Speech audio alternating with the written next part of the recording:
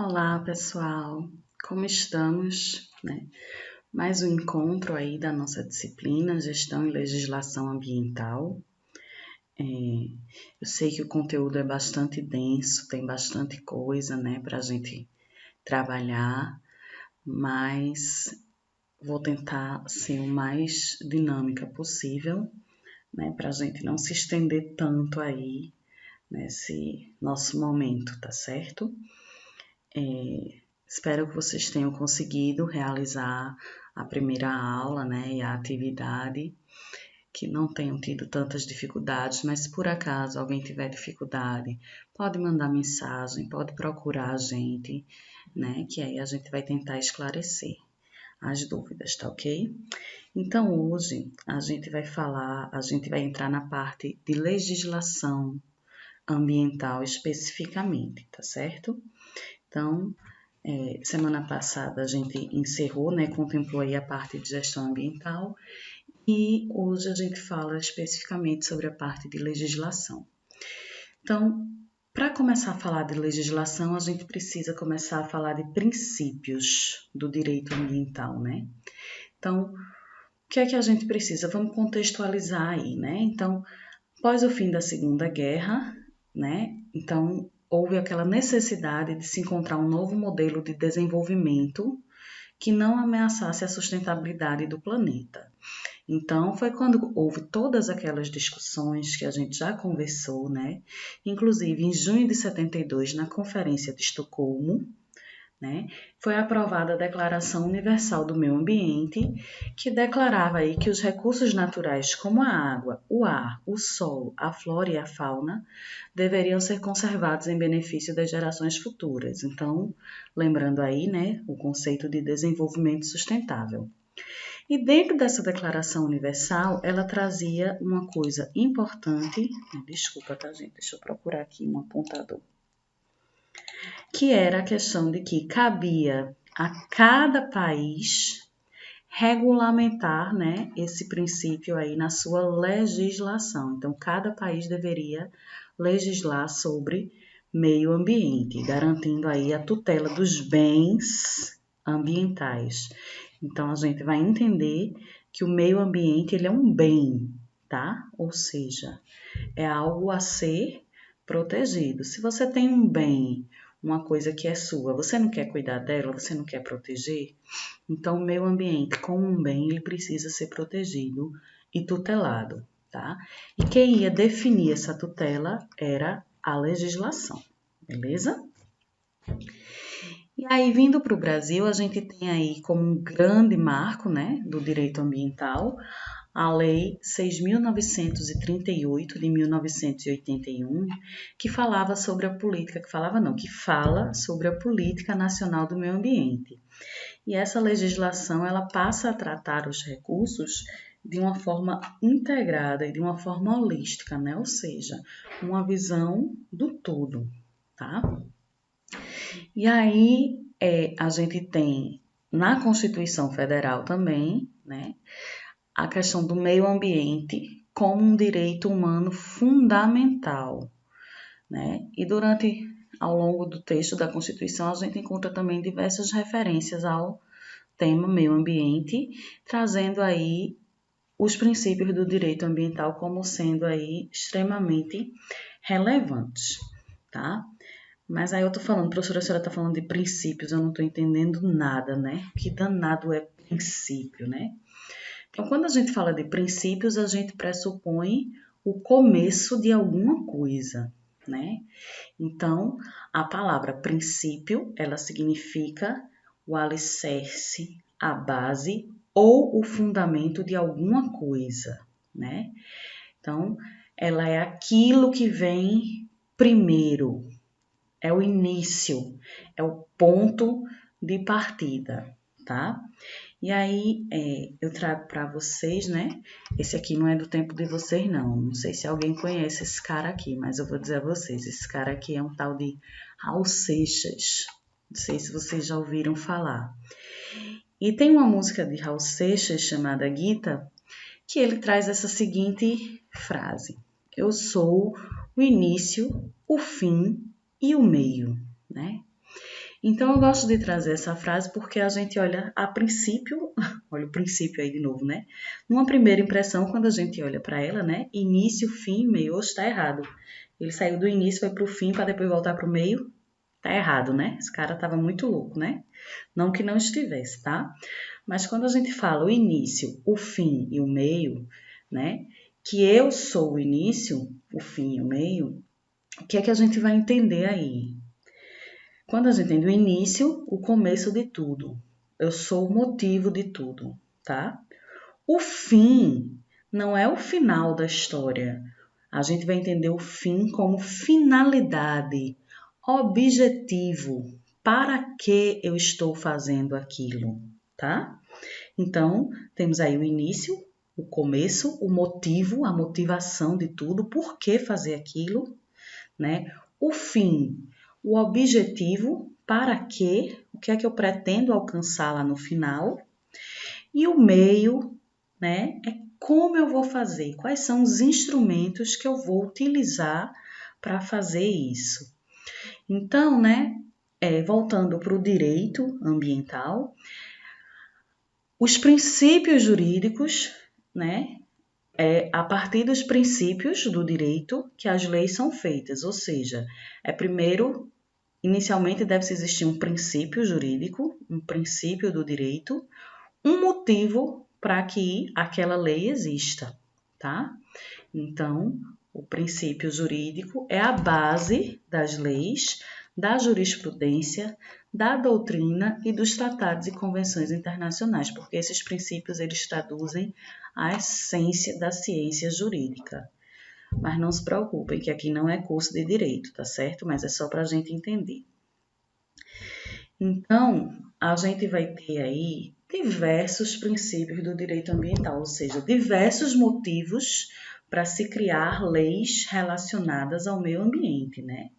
Então, vários autores eles trazem princípios variados. Alguns vão trazer os mesmos princípios coincidentes, outros vão trazer completamente diferente ou com nomenclaturas, com nomes diferentes, tá?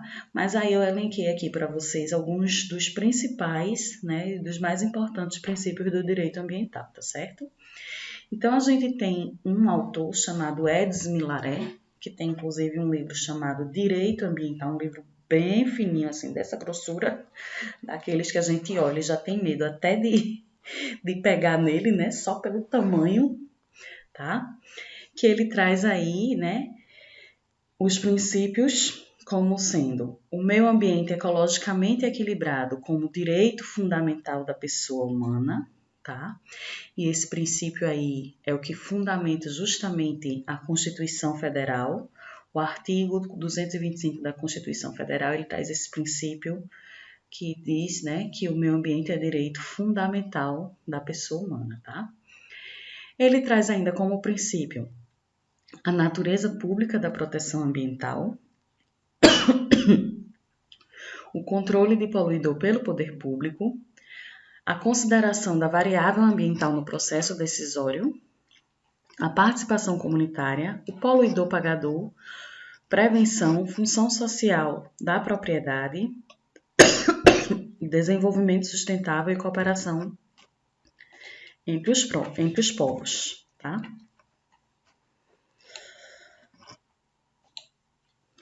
Desculpa, gente, eu precisei fazer uma pausa, porque como vocês viram, minha garganta tá bem prejudicada, né?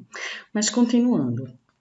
Aí a gente tem outro autor, Machado, né, que é um dos grandes doutrinadores aí da área ambiental, que ele traz como os princípios do direito ambiental o princípio do usuário pagador, do acesso equitativo aos recursos naturais, o princípio da reparação e o princípio da prevenção. Então, né, dentro desses princípios que aí foram postos por esses dois autores, eu vou apresentar para vocês alguns, como é que é o funcionamento desses princípios, ok? Então, a gente tem aí o primeiro princípio, o princípio da dignidade da pessoa humana.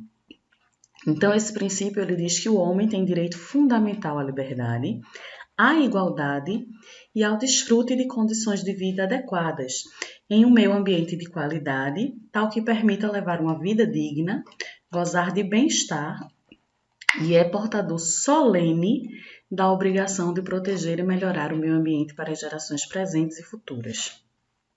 Então, este princípio, né, este início aí, motiva, né, que no texto das legislações ambientais, essa questão da proteção do meio ambiente, do desenvolvimento sustentável, seja levada em conta. Então, o princípio, ele motiva o surgimento de uma lei. Então, existe uma lei que visa garantir que as pessoas tenham qualidade de vida num meio ambiente ecologicamente equilibrado, tá? E que protejam o meio ambiente. Lembrando que o princípio ele não é a lei, ele é o que motiva o surgimento da lei, ok? Princípio do direito humano fundamental ao meio ambiente sadio, ou seja, as pessoas, né, elas têm direito ao meio ambiente sadio.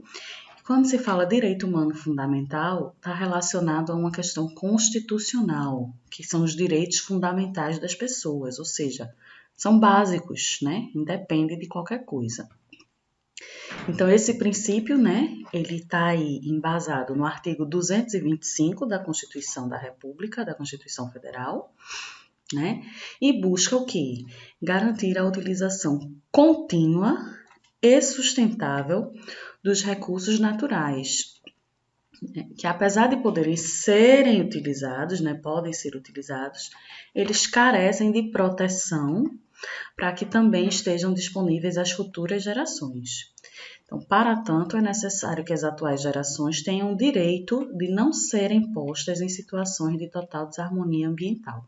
Então, a partir desse princípio aí, se garante a proteção do meio ambiente e que as pessoas, como parte do meio ambiente, elas convivam em harmonia com esse meio, tá? Princípio do desenvolvimento sustentável. Esse é bem facinho, né? Se vocês lembram, a gente falou bastante de desenvolvimento sustentável. Então, o princípio do desenvolvimento sustentável, ele visa garantir justamente, né, esse desenvolvimento sustentável, tá? Então, são legislações, são criadas a partir desse princípio, e a gente vai ver que esse princípio, ele perpassa quase toda a legislação ambiental, né? Então, ele foi desenvolvido na Conferência de Estocolmo, a partir do conceito de desenvolvimento sustentável, né? E ele se baseia na noção da necessidade de coexistência harmônica entre desenvolvimento econômico e limites ambientais, de forma que estes, né, recursos ambientais, eles não se esgotem, mas fiquem preservados para as futuras gerações. Então, quando se pensa no princípio do desenvolvimento sustentável, a gente pensa em garantir a existência dos recursos naturais para as gerações futuras, né? Para garantir essa existência, quer dizer que a gente não vai mais usar, vai guardar para o futuro. Não é isso. A gente vai usar, mas usar de maneira racional, ok? E aí, um outro princípio que é extremamente importante é o princípio do acesso equitativo aos recursos naturais. Quando a gente fala de acesso equitativo, a gente está falando de acesso igual. Isso quer dizer que os recursos naturais, todas as pessoas devem ter acesso aos recursos naturais de maneira igual, de maneira equilibrada, de maneira justa, tá? Então, este princípio garante que todos possam utilizar de forma equilibrada os recursos fornecidos pelo meio ambiente, tá? E aí a gente tem, os bens ambientais são considerados comuns. Não é comum no sentido, isso é tão comum, todo mundo é comum no sentido de comunidade, tá? Eles são considerados comuns, eles pertencem à comunidade.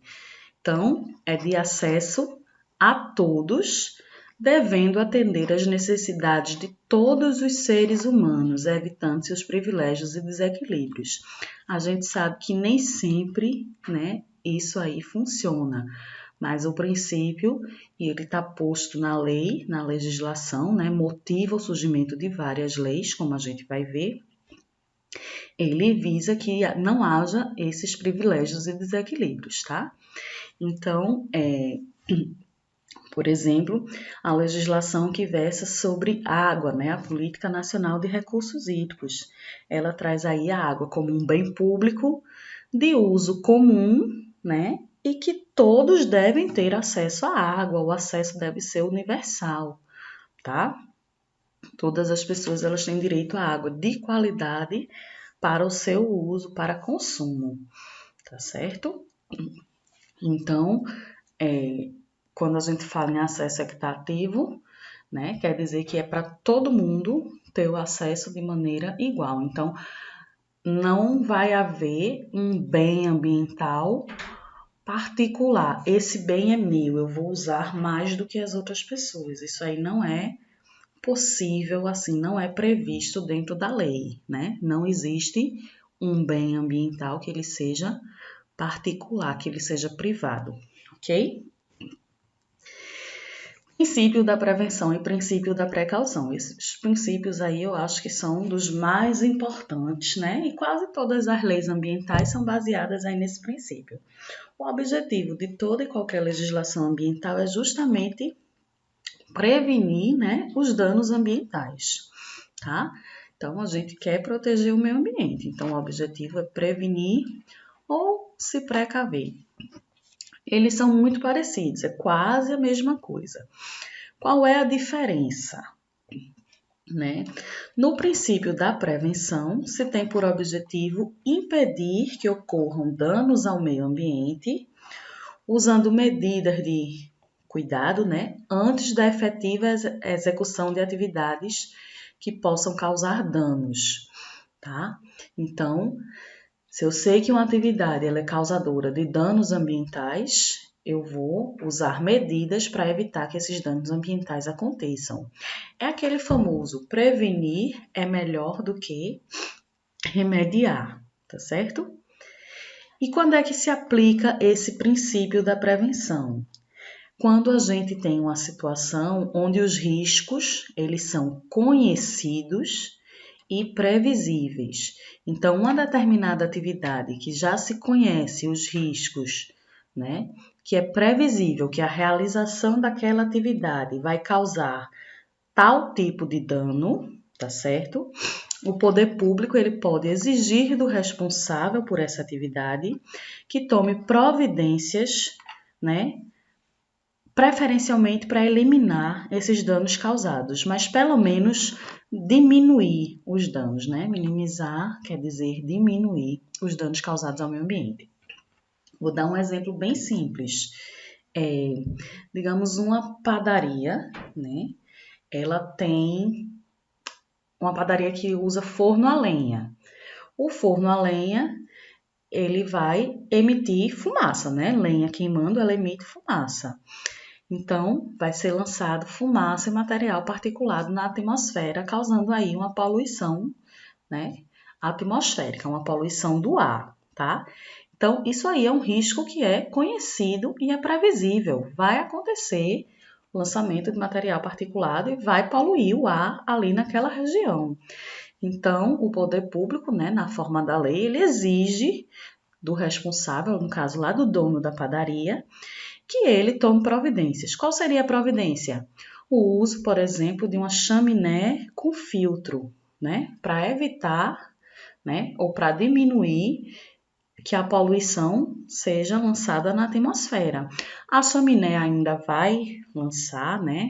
Algum material, se tiver um filtro, ela vai filtrar esse material particulado, vai causar bem menos danos ao meio ambiente, tá? Então, é uma forma de você diminuir o impacto, né, que é causado ao meio ambiente. Qual seria o impacto aí? A poluição do ar, tá? E aí, pronto, aí é o caso, né, de uma atividade industrial que gere gases que contribuem para o efeito estufa. Aqui o exemplo, eu estou falando de uma atividade industrial, mas no exemplo que eu falei para vocês, eu falei de uma padaria, que não deixa de ser uma atividade industrial, só que de menor porte, né? Então, se são riscos previamente conhecidos, a administração pública ela se antecipa ao dano e impõe ao responsável a utilização de equipamentos ou tecnologias mais eficientes, visando a eliminação ou diminuição do lançamento desses gases na atmosfera, tá? Então, aqui é porque aqui é um exemplo com a proporção maior, né? Imagina aí ó, essa indústria aqui lançando esse monte de material particulado, né? Através dessas chaminés. Aqui pode ser que seja só fumaça, se esses equipamentos aqui tiverem filtro, né? Aí tá filtrando aí gases mais nocivos, substâncias mais nocivas e tá lançando só fumaça. Então, de todo jeito, tá atendendo aí a legislação, diminuindo o efeito aí que esses gases poderiam causar na atmosfera. Então, prevenção a gente aplica, né, quando se conhece os riscos. E aí, precaução. Ele é a mesma coisa, né? Você se prevenir ou você se precaver. Só que a precaução, ela pressupõe, né, que você não conhece esses riscos, tá? Então, a gente tem aí o âmbito de aplicação, ele é diferente do princípio da prevenção, né? Embora o objetivo seja o mesmo. Qual é o objetivo do princípio da prevenção? Impedir, né, a ocorrência de danos ambientais, ou pelo menos minimizar, né? Lembra lá, prevenir é melhor do que remediar, né? E aí a gente tem que o princípio da precaução, ele é aplicado quando os riscos são desconhecidos e imprevisíveis, impondo à administração pública um comportamento muito mais restritivo quanto às atribuições de fiscalização e de licenciamento das atividades potencialmente poluidoras. Isso quer dizer o quê? Se eu não sei o que pode acontecer, se eu não tenho ideia, se eu não conheço os riscos dessa atividade, então, enquanto poder público, eu não vou permitir que essa atividade seja realizada, tá? Então, é algo mais restritivo, ok? E aí a gente passa para o princípio do poluidor pagador, e aqui eu acrescento usuário pagador, né? Então, quem polui ou quem usa um recurso ambiental, ele é responsável, né, por arcar com os custos de prevenção ou de reparação, né, dos danos ambientais ocorridos, tá? Então, o princípio do poluidor pagador, ele é um instrumento econômico, porque se alguém vai pagar alguma coisa, se tem dinheiro envolvido, a gente entende como um instrumento econômico. E também é um instrumento ambiental, né? Porque quem polui vai ter que pagar, tá? Então, ele visa aí também a proteção do meio ambiente. Então, esse instrumento, ele exige do poluidor, uma vez identificado, né? A gente tem que saber quem é o poluidor, que ele arque com os custos das medidas preventivas e ou medidas cabíveis para eliminação, né? Ou pelo menos neutralização desses danos ambientais. Tá?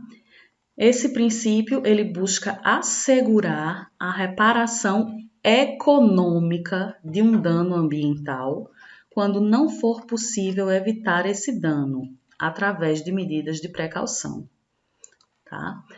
E eu volto já para cá. Então, primeira coisa, se de forma nenhuma é possível evitar o dano ambiental, então deve-se pressupor aí uma reparação econômica, tá? Se não teve jeito da gente se prevenir, de se precaver, de evitar o dano, então o dano aconteceu, então deve haver uma reparação econômica, beleza?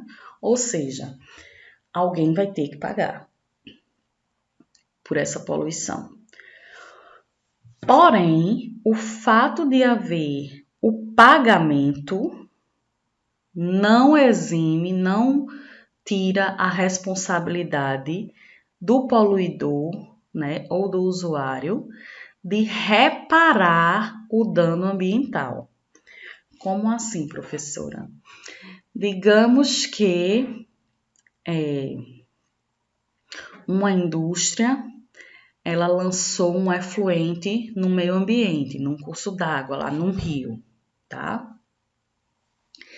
E lançou esse efluente, né, esse esgoto, sem tratamento. O órgão ambiental, identificando isso, ele vai impor aí que essa indústria ela pague por esse dano causado. Então, vai ser avaliado, né, um valor aí financeiro de quanto esse dano custou ao meio ambiente e essa indústria ela vai ter que fazer a reparação econômica. Porém, além da reparação econômica, ela também tem que reparar o dano, tem que tratar lá o rio, promover ações de melhoria da qualidade da água, para compensar, né, para reparar o dano que ela causou do momento que lançou o efluente, tá? E aí é importante a gente entender que o princípio do poluidor pagador, ele não permite a poluição, porque muitas vezes as empresas, as atividades econômicas que causam poluição, elas entendem esse princípio como uma permissão para poluir, ou seja, eu vou pagar para poluir. Não, eu posso jogar lá meu efluente, eu posso deixar lá meus resíduos, eu posso fazer a retirada da vegetação, depois é só eu pagar, não tem problema, eu posso fazer desde que eu pague. É assim que as pessoas entendem, mas isso não é verdade, não é isso que esse princípio preza, tá certo? Esse princípio, ele preza, ele visa aí a punição realmente, mas não é uma permissão para poluir, tá? Então, precisa ter cuidado com esse entendimento. Não é porque você causou o dano uma vez, né? Fez a reparação econômica que você vai fazer de novo esse dano e vai ficar sempre pagando, né? É que nem gente safada, né? Que faz as coisas, faz os erros, a mãe vai lá, passa a cabeça, mas a pessoa faz de novo. Não é isto que o princípio prega, tá certo? E aí o princípio da reparação, né? Esse princípio ele é baseado na necessidade que aquele que degrade o meio ambiente de qualquer forma, ele repare o dano. Então, não importa se ele pagou lá no princípio anterior. Não, eu paguei já pelo dano que eu causei, eu já paguei uma multa, eu já indenizei, né? Você ter indenizado não te exime de você reparar aquele dano. Um exemplo de princípio da reparação. Vou trazer, acho que vocês acompanharam, né, há um tempo atrás, a questão do rompimento das barragens da Vale do Rio Doce, tá certo? Então, naquele momento ali da Vale do Rio Doce, do rompimento das barragens, houve muitas perdas de vidas humanas e houve também muitas perdas ambientais, tá? Então, o fato de a empresa ter pago multas, né, elevadíssimas por conta do dano ambiental que foi causado. O fato da empresa ter pago indenizações às famílias, né, que perderam suas propriedades ou que perderam seus familiares, não desobriga a empresa de recuperar aquela área. Então, ela tem que pagar pela poluição causada, mas não é assim, não paguei, tô livre. Não é assim. Tem que cuidar daquilo ali. Vou fazer um comparativo bem, não tem nada a ver com o meio ambiente, mas é só para a gente entender. Um pai que é separado da mãe e a mãe cuida do filho. E o pai só paga a pensão. Só porque ele paga a pensão, ele é pai da criança efetivamente, né? Não, eu já pago a pensão, eu não sou obrigado a fazer mais nada, porque eu já pago a pensão. né? Então, faça aí o comparativo. Esse pai ele está se comportando como poluidor-pagador. Está só pagando a pensão. Mas ele está sendo pai efetivamente? Então, o princípio da reparação, ele pressupõe aí que além de pagar, você também precisa cuidar daquele dano que aconteceu ali naquela área, tá? Um exemplo de princípio da reparação é a compensação ambiental, né? Que na compensação ambiental, o empreendedor, a atividade que ela causar danos ao meio ambiente, ele fica obrigado a manter ou implementar unidades de conservação. São áreas protegidas que visam conservar os recursos naturais, tá? E aí existe um valor que a lei estabelece de 0,5% do total do empreendimento. Lembrando que essa manutenção e implantação de unidades de conservação, essa proteção do meio ambiente na compensação ambiental, né, nesse caso específico, tá? Ele deve ser feito no mesmo bioma. Por exemplo, se a indústria, o empreendimento, a atividade foi construída na Mata Atlântica, né, a compensação ambiental deve ser realizada também na Mata Atlântica, a área que ele deve manter, implementar, destinar esses recursos financeiros é a Mata Atlântica. Eu não posso fazer um empreendimento, causar um dano ambiental na Caatinga e destinar os meus recursos financeiros para proteção, para recuperação de uma área na Mata Atlântica, tá? Tem que sempre ser o mesmo bioma, né? Princípio da função social e ambiental da propriedade. Então, primeiro, né, a gente precisa entender o que é a propriedade. A propriedade é algo que pertence a alguém, tá? Então, aqui eu coloquei uma figurinha aqui, ó. Propriedade particular não entre, né? Será que é simples assim? A propriedade é minha, eu faço o que eu quiser? Então, o princípio da função ambiental da propriedade, né? Ele é um fundamento constitucional onde ele obriga o proprietário a exercer seu direito de propriedade em consonância com as diretrizes de proteção do meio ambiente. Então, não é porque a terra é sua que você pode fazer o que você quiser, né? Você precisa, mesmo na sua terra, mesmo na sua propriedade privada, cumprir aí com as diretrizes de proteção do meio ambiente. Vou dar um exemplo, né, que está previsto aí no Código Florestal. Toda propriedade, ela tem que, por lei, destinar uma parte para a proteção do meio ambiente. É uma área de preservação permanente ou uma reserva legal, né? São dois tipos diferentes. Deve haver essa reserva legal. Na Amazônia, essa reserva legal, ela é de 80% da propriedade. Isso quer dizer o quê? Se você tem uma propriedade lá na Amazônia, uma fazenda na Amazônia de 1.000 hectares de terra, tá? Vamos botar uma fazenda bem grande, né? Você não pode usar os seus 1.000 hectares de terra para plantar cana-de-açúcar ou para criar gado, né? Você não pode chegar lá, desmatar e encher de gado ou encher de plantação nos 1.000 hectares, né? Se a reserva legal na Amazônia ela pressupõe a preservação de pelo menos 80%, isso significa que se você tem uma propriedade de 1.000 hectares, 800 hectares, eles por lei vão ficar lá guardadinhos, né, visando a proteção ambiental. Você só pode usar para sua atividade econômica, para criar gado ou para fazer suas plantações, 200 hectares. Então, mesmo a terra sendo sua, você não pode fazer o que você quiser. Você tem que agir aí de acordo com as diretrizes de proteção do meio ambiente, tá?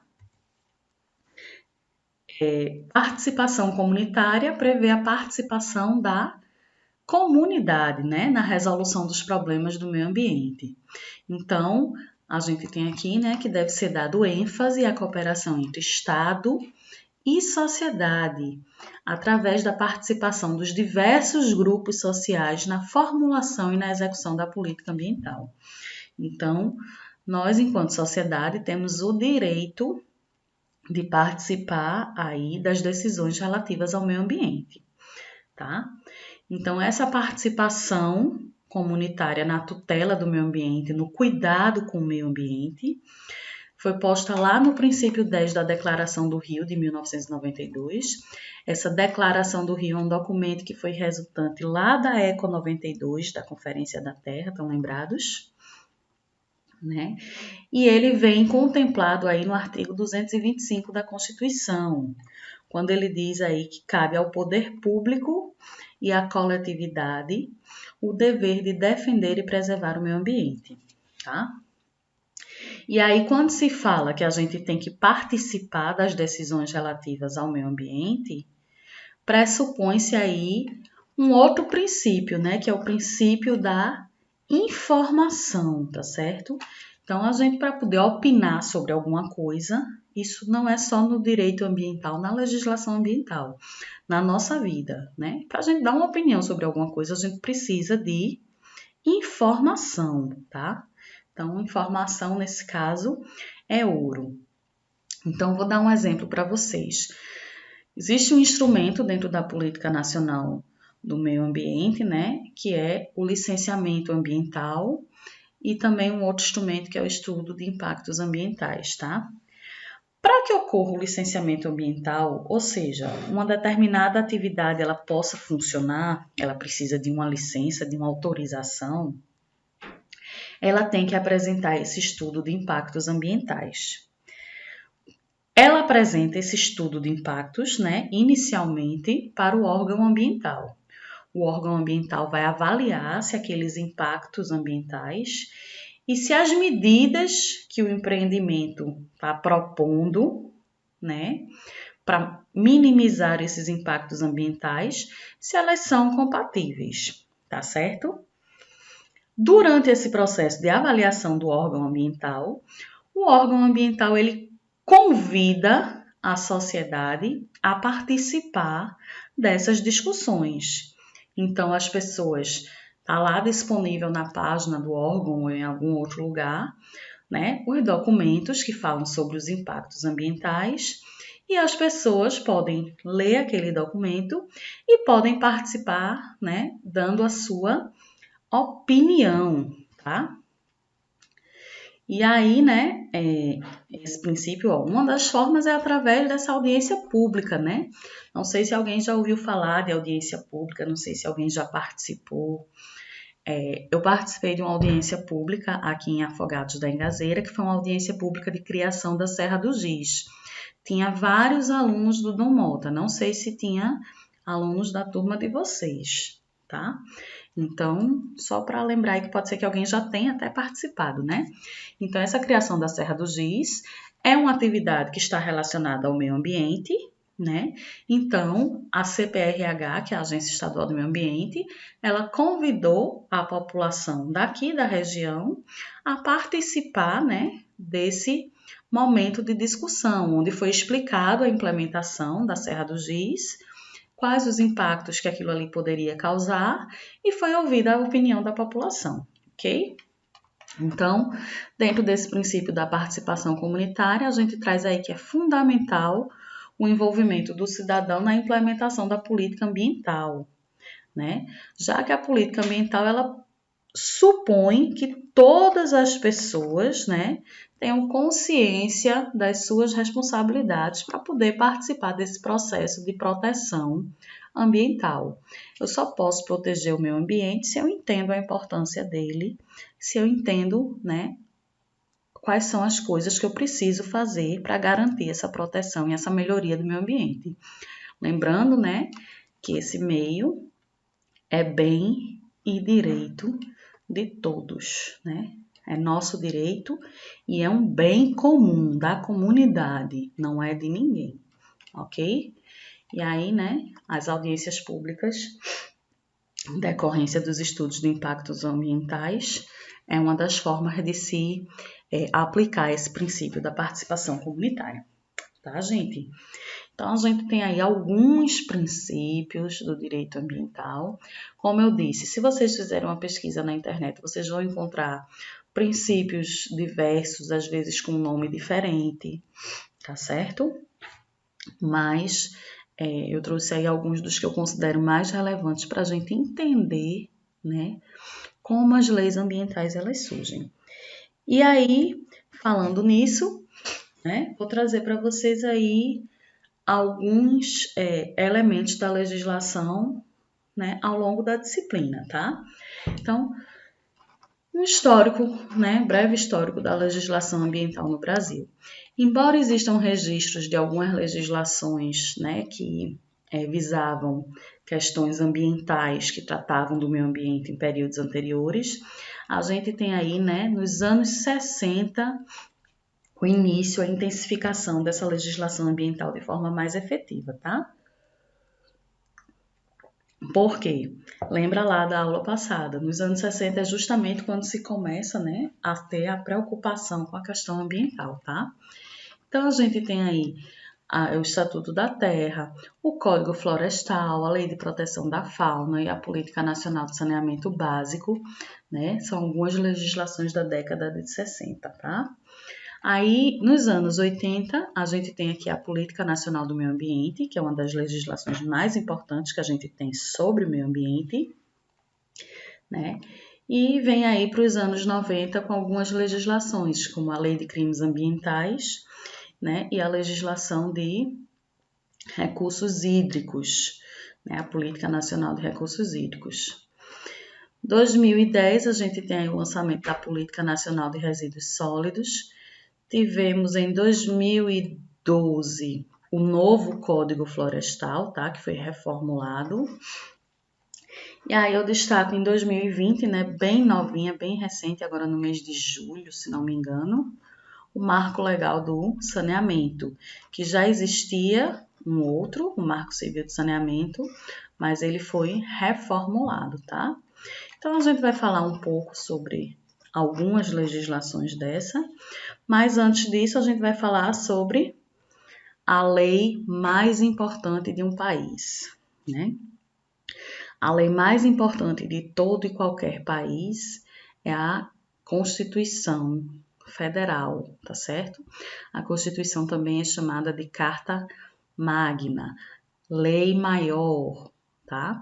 Se ela é a lei maior, se ela é a lei mais importante, isso significa que nenhuma outra legislação pode ir de encontro ao que está escrito na Constituição, tá certo? Elas podem detalhar, digamos assim, o que está escrito na Constituição, mas não pode ir de encontro ao que está na Constituição. Então, a Constituição da República Federativa do Brasil, ela é a lei fundamental e suprema do Brasil, né? Nessa lei é onde estão postos os nossos direitos fundamentais, inclusive, tá? E ela serve de parâmetro para todas as outras espécies normativas, para todos os outros tipos de lei, estando aí no topo do ordenamento jurídico, que é o topo do ordenamento. Em cima é a principal lei, tá? Então as outras todas vêm abaixo dela. Se uma lei ela diz algo que não está de acordo com o que está na Constituição, a palavra que vale é a de quem? A da Constituição, né? Que ela é mais importante, tá? A nossa Constituição vigente hoje no Brasil, ela é uma Constituição bem jovem, tá certo? Ela é uma Constituição de 1988. Ela foi elaborada aí logo após o período de abertura política, né? Pós-ditadura militar, tá? Então, ela ficou conhecida como Constituição Cidadã, justamente porque foi elaborada, né, aí nesse processo de redemocratização, né? Quando se encerrou a ditadura militar, foi formada, né, se constituiu uma Assembleia Constituinte para elaborar a Constituição. Então, só a título de curiosidade, a gente tem aí, né, quem faz uma Constituição, né, quem faz as leis de um país são os deputados, tá certo? Os deputados e senadores, é o poder legislativo. O poder legislativo, ele legisla. Eu vou deixar para vocês, né, lá na página do Classroom, um linkzinho de um outro vídeo, tá? Que esse outro vídeo ele fala sobre a hierarquia das leis e fala um pouco sobre como as leis são elaboradas, né? Sobre a questão do poder executivo, legislativo e judiciário, tá? É uma aula que foi do período anterior à pandemia. Eu vou deixar lá para vocês, para quem tiver curiosidade, tá certo? Então, voltando, né? Então, foi numa Assembleia Constituinte e a gente tem, por exemplo, quem foi deputados constituintes, ou seja, que participaram da elaboração da Constituição. Então, a gente tem aí o mais famoso, digamos assim, um dos mais importantes deputados que legislou durante a elaboração da Constituição, o deputado Ulisses Guimarães, na época, né? O ex-presidente Lula também foi deputado constituinte, tá? E vários outros deputados que ainda são deputados, várias outras pessoas que ainda estão aí na política, também participaram da elaboração da Constituição, tá certo? E aí, né, por ser uma Constituição bem jovem, quase anos 90, e ter saído de um período obscuro na história brasileira, né, os deputados eles tiveram muito cuidado ao se fazer a Constituição, e ela é uma das mais avançadas do mundo na questão dos direitos e garantias fundamentais. Ela é uma Constituição bastante robusta, né, no que tange aos direitos e garantias fundamentais. Tá? Então, diversos especialistas aí em direito constitucional, né, trazem aí que a nossa Constituição ela trouxe avanços no reconhecimento dos direitos individuais e sociais das mulheres, né, que muitas outras constituições, até por serem mais antigas, não tratam do tema, tá? Também é um marco na questão dos direitos indígenas e a proteção do meio ambiente também é ressaltado como um avanço, já que a gente tem um capítulo inteiro da Constituição dedicado só ao meio ambiente. Além do meio ambiente estar inserido em diversos momentos da Constituição, tá? Ah, professor, quer dizer que a gente é melhor do que os outros países em termos de proteção do meio ambiente? Não. Quer dizer que a nossa legislação, ela é bastante robusta e avançada, tá?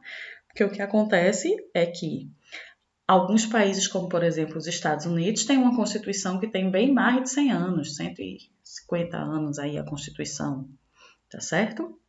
Então, há 150 anos atrás, quando foi feita a Constituição dos Estados Unidos, não sei quantos anos são exatamente, tá certo, gente? Estou chutando aí um período. A questão ambiental não era tema fundamental, né? Não era uma coisa que fosse a mais importante naquele momento, não era um tema que se tratava naquela época. A nossa, como é bem jovem, aí, ó, já depois dos anos 80, quando a Constituição foi feita, a gente já tinha até política de meio ambiente, né? Então, a questão ambiental ficou bastante evidente dentro da nossa Constituição. Isso é muito bom porque se está na Constituição, se está na lei maior, né? Não tem como sair, não tem como ser descumprido, né? É uma prioridade, é um direito fundamental.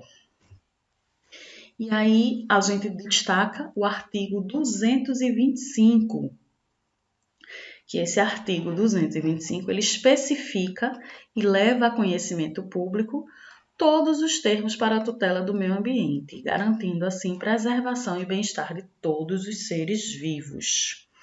Então, como eu tinha falado, apesar de ter esse capítulo todo dedicado ao meio ambiente, em vários outros artigos, né, o meio ambiente ele é reconhecido como sendo de importância para a nossa sociedade. Seja, né, por diversos motivos, pela questão da preservação de valores, né, valores no sentido de coisas que não podem ser mensuradas economicamente, ou ainda porque a defesa do meio ambiente é um princípio constitucional que fundamenta a atividade econômica. Como assim, né, professora? Como é que é um princípio que fundamenta a atividade econômica?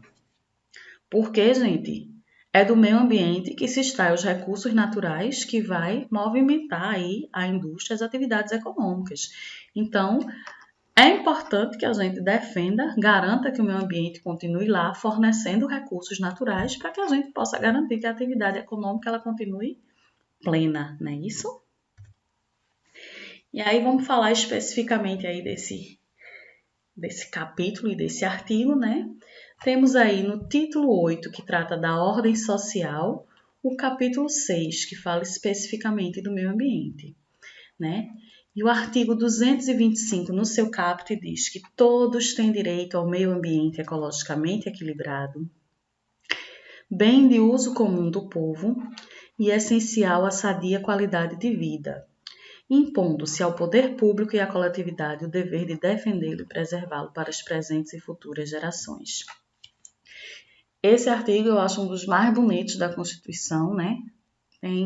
Tem uns lá no iniciozinho, que são os direitos fundamentais da pessoa humana, mas na questão ambiental eu acho esse aí um dos mais bonitos, né? Porque ele traz aí um conceito de igualdade, tá? Então, lembrando dos princípios que a gente falou agora há pouco, quando a gente fala assim que todos têm direito ao meio ambiente, então a gente está pensando aí no princípio do acesso equitativo, né, aos recursos.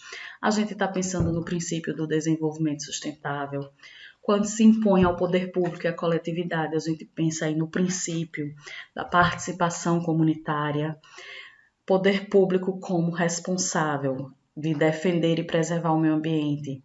Tem o princípio da obrigatoriedade da intervenção estatal, que a gente não falou nesse princípio, mas existe, tá? Então, só no caput do artigo 225 a gente tem vários fundamentos do direito ambiental postos aí, tá certo? Ele é um artigo bem complexo, bem robusto. Ele traz aí diversas atribuições e definições de quem é responsável pelo quê. E aí, a partir do momento que o poder público ou a coletividade, a sociedade, deixa de cumprir com sua obrigação de defender e preservar o meio ambiente, né, está incorrendo aí num crime constitucional, ou seja, está descumprindo a Constituição, tá?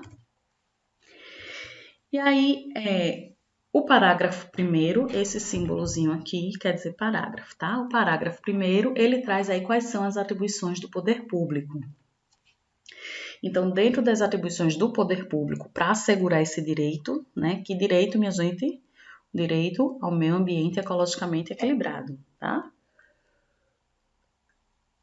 As atribuições do poder público são preservar e restaurar esses processos ecológicos essenciais e prover o manejo ecológico das espécies e ecossistemas. Preservar a diversidade e a integridade do patrimônio genético do país e fiscalizar as entidades dedicadas à pesquisa e manipulação de material genético. Né? Então, falar um pouco sobre essas duas incumbências do poder público. A questão da preservação dos processos ecológicos, né? Então, cabe aí ao poder público, né, ao governo, cuidar para que o manejo ecológico ele seja realizado, né, de maneira adequada. Então, existem aí os órgãos do Executivo, como o IBAMA, o Instituto Chico Mendes, justamente que eles trabalham aí com essa questão de preservação e restauração dos processos. Em relação ao patrimônio genético, o que é o patrimônio genético? É tudo que a gente tem no nosso país.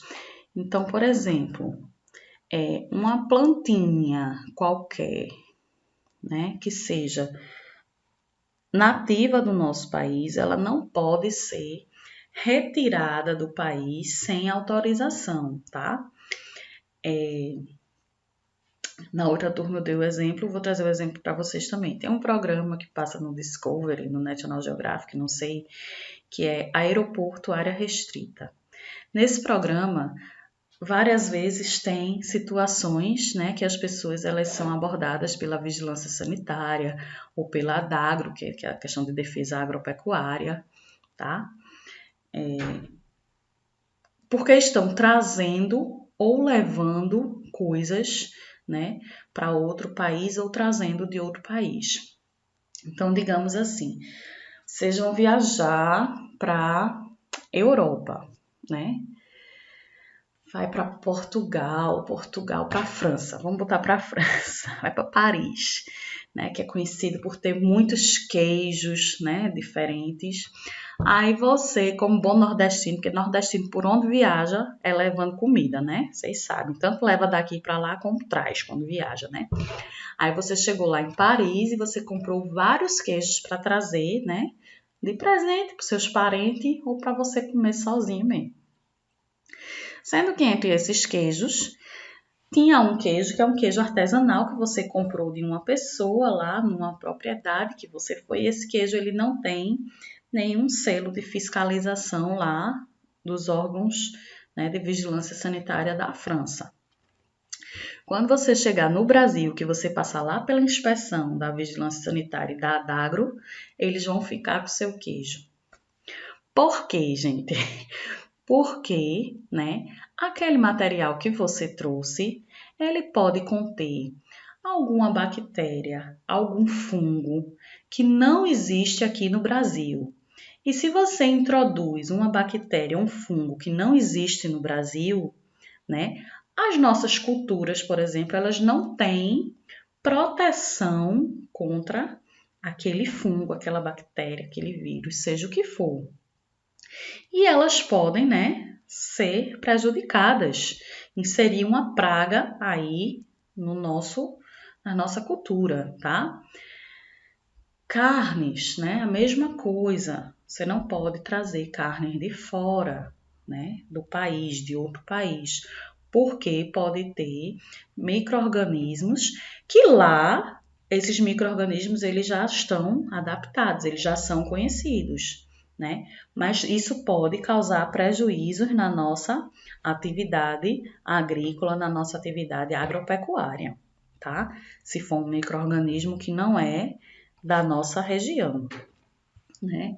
É que nem a gente está acompanhando aí agora, né, a Covid, né?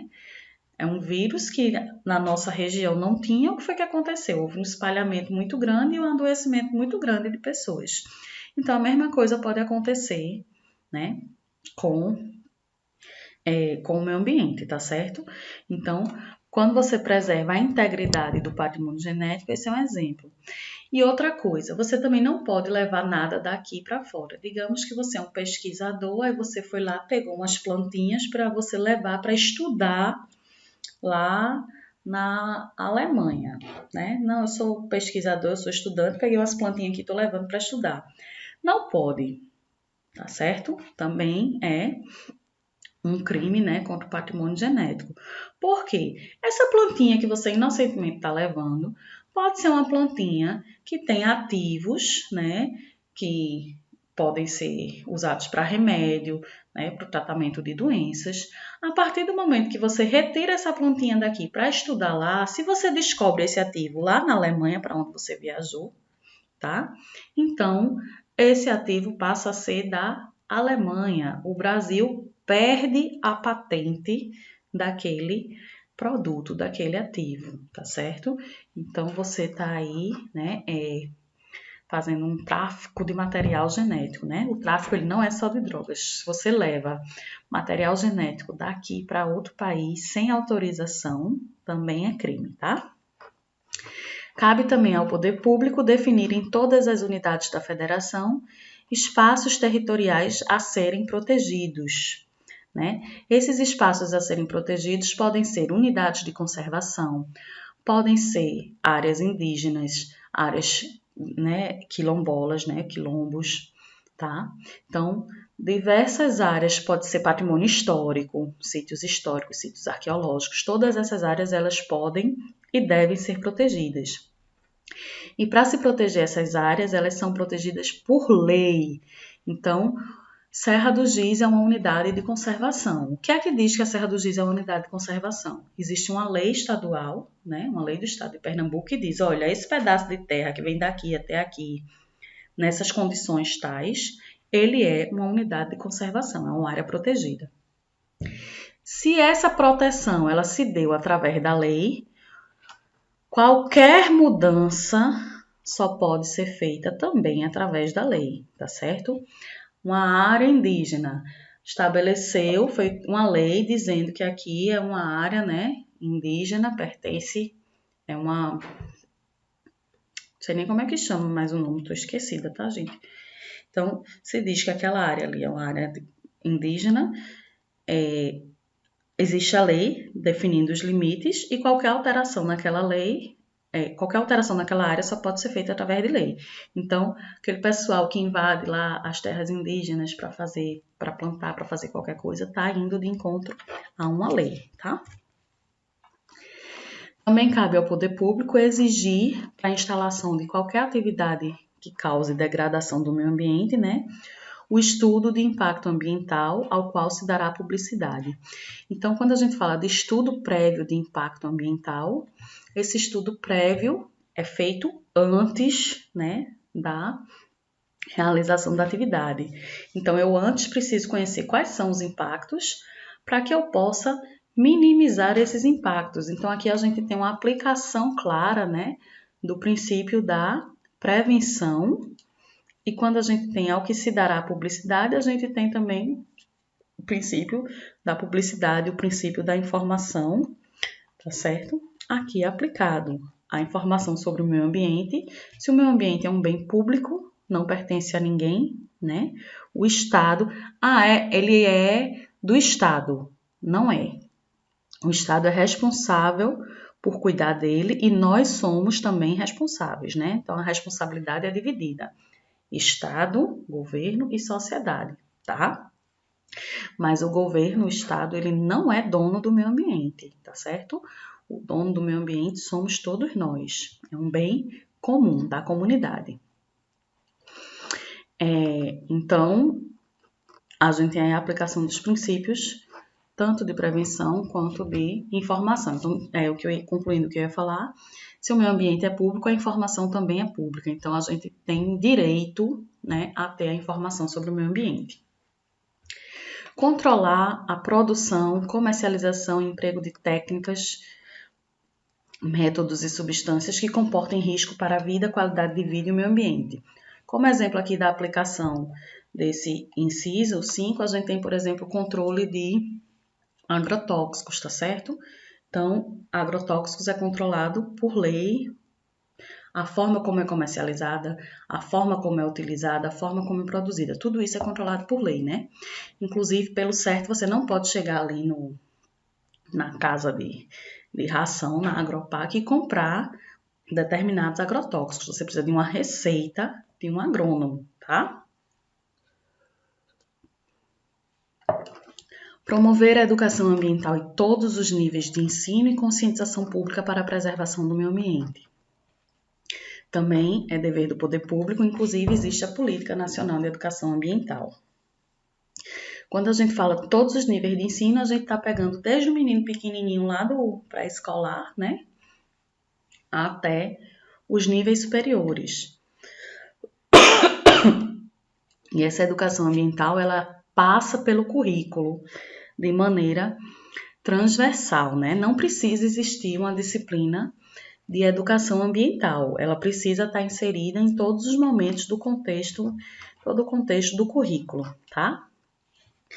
Proteger fauna e flora, né? Sendo proibidas aí na forma da lei, práticas que coloquem em risco sua função ecológica, que provoquem a extinção de espécies ou submetam os animais à crueldade. Então, também é atribuição do poder público essa proteção dos animais e da vegetação, né? E proíbe aí essas práticas que são cruéis e práticas que arriscam as funções ecológicas, tá? A gente vai falar um pouco mais sobre isso.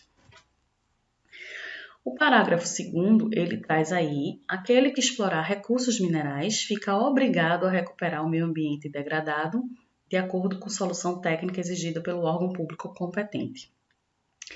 Então, recursos minerais é uma extração, né, exploração de recursos minerais é uma das atividades que mais causa degradação ambiental.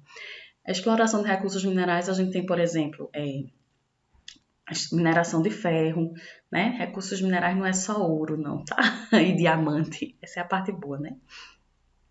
Mas a gente tem, por exemplo, mineração de ferro, extração de areia, aquele pessoal que pega areia lavada lá dentro do rio, aquilo ali é uma exploração de um recurso mineral, tá? A areia é um recurso mineral. O pessoal que faz brita, né, que quebra rochas para fazer brita, tá? As pedreiras. O pessoal lá do Polo Gesseiro do Araripe, que está lá fazendo lá, extraindo a gipsita para fazer cal, para fazer gesso, tá certo?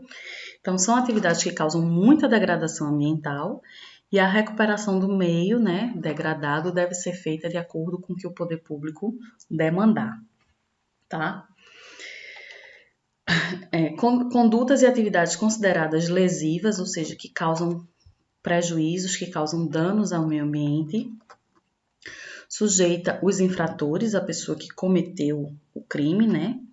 Seja ela pessoa física ou jurídica, a sanções penais e administrativas, independente da obrigação de reparar os danos causados. Então, vamos lá. Não é porque eu paguei uma multa, sanção administrativa, multa é uma penalidade administrativa.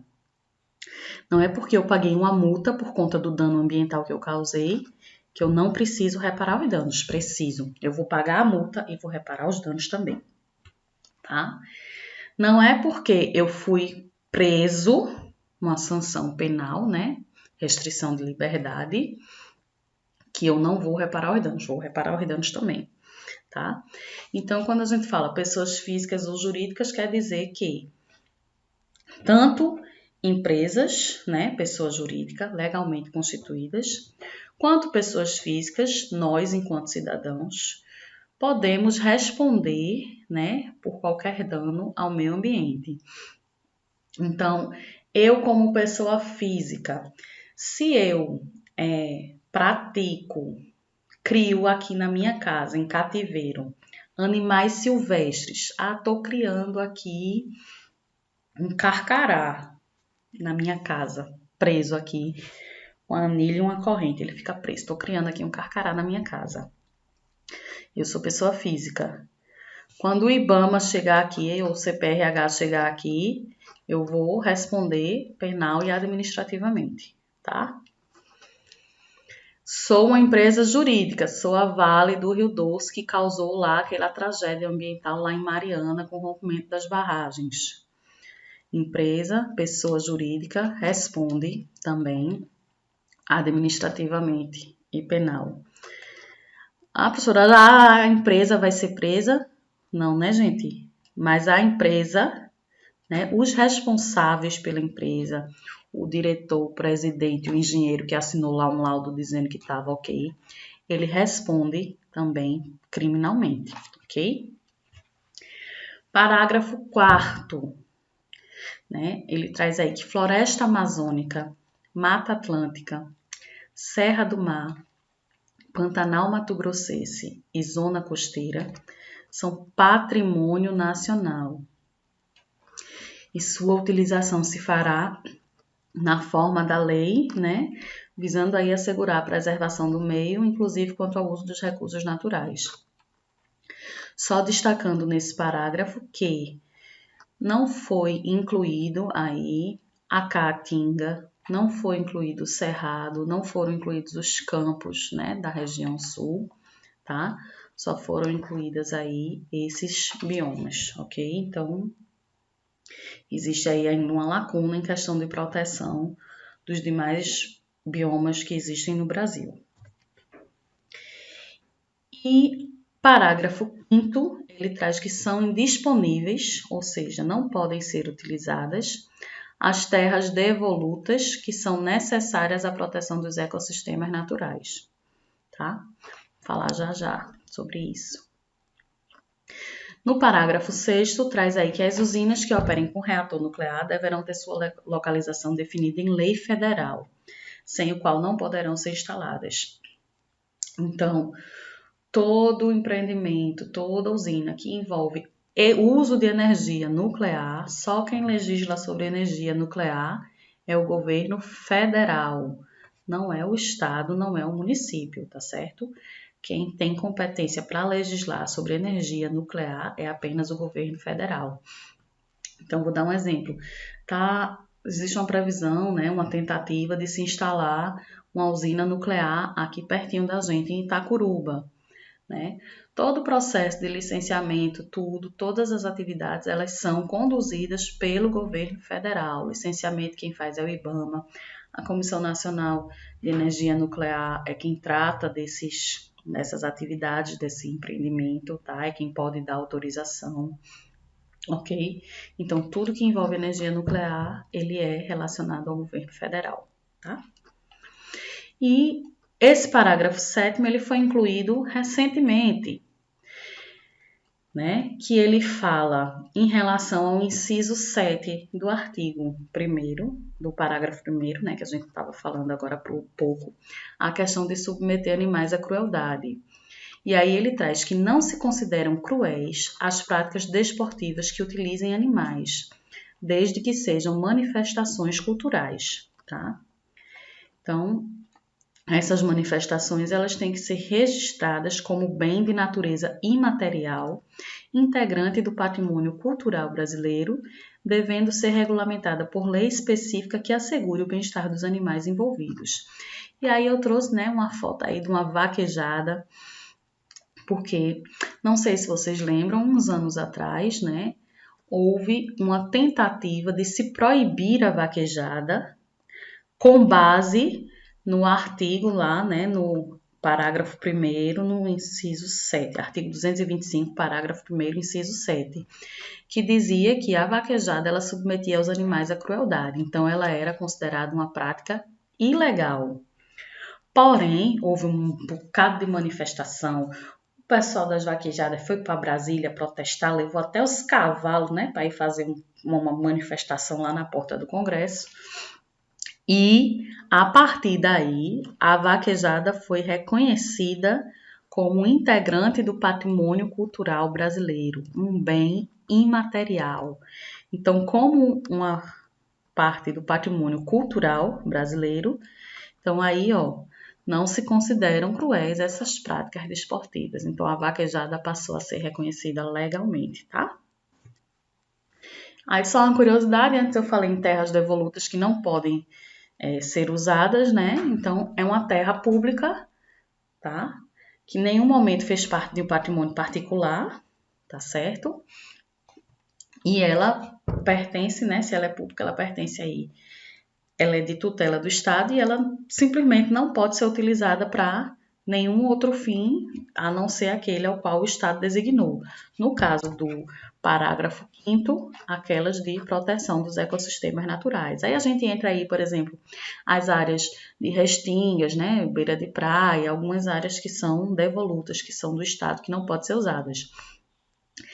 Área de areia da praia. A areia da praia não tem dono, tá, gente? A areia da praia é uma terra devoluta, ela pertence ao Estado e ela não pode ter nenhum uso, tá? Ela não tem. Ninguém pode chegar e construir na areia da praia, tá? Não deveria. Da mesma forma que não pode cercar a praia, tá certo? É crime. E isso é uma prática que a gente observa, né? Aqui no litoral pernambucano, a gente observa em vários locais, tem hotéis que cercam a praia na frente do seu empreendimento. Tamandaré mesmo, não sei se alguém conhece, ali na Praia dos Carneiros, é uma praia cercada. Só quem tem acesso à praia são as pessoas que moram, que tem casa lá na área dos Carneiros. Você, para entrar, você paga uma taxa, tá? Então não pode, tá certo? E então, aí o conceito de terras devolutas, tá? E novamente a questão da energia nuclear. O monopólio, né, no exercício aí da energia nuclear é da Comissão Nacional de Energia Nuclear, que é o CNEM, das indústrias nucleares do Brasil e da Eletronuclear. Todas essas são instituições públicas, tá certo? Que são aí do governo federal, estão no nível de governo federal.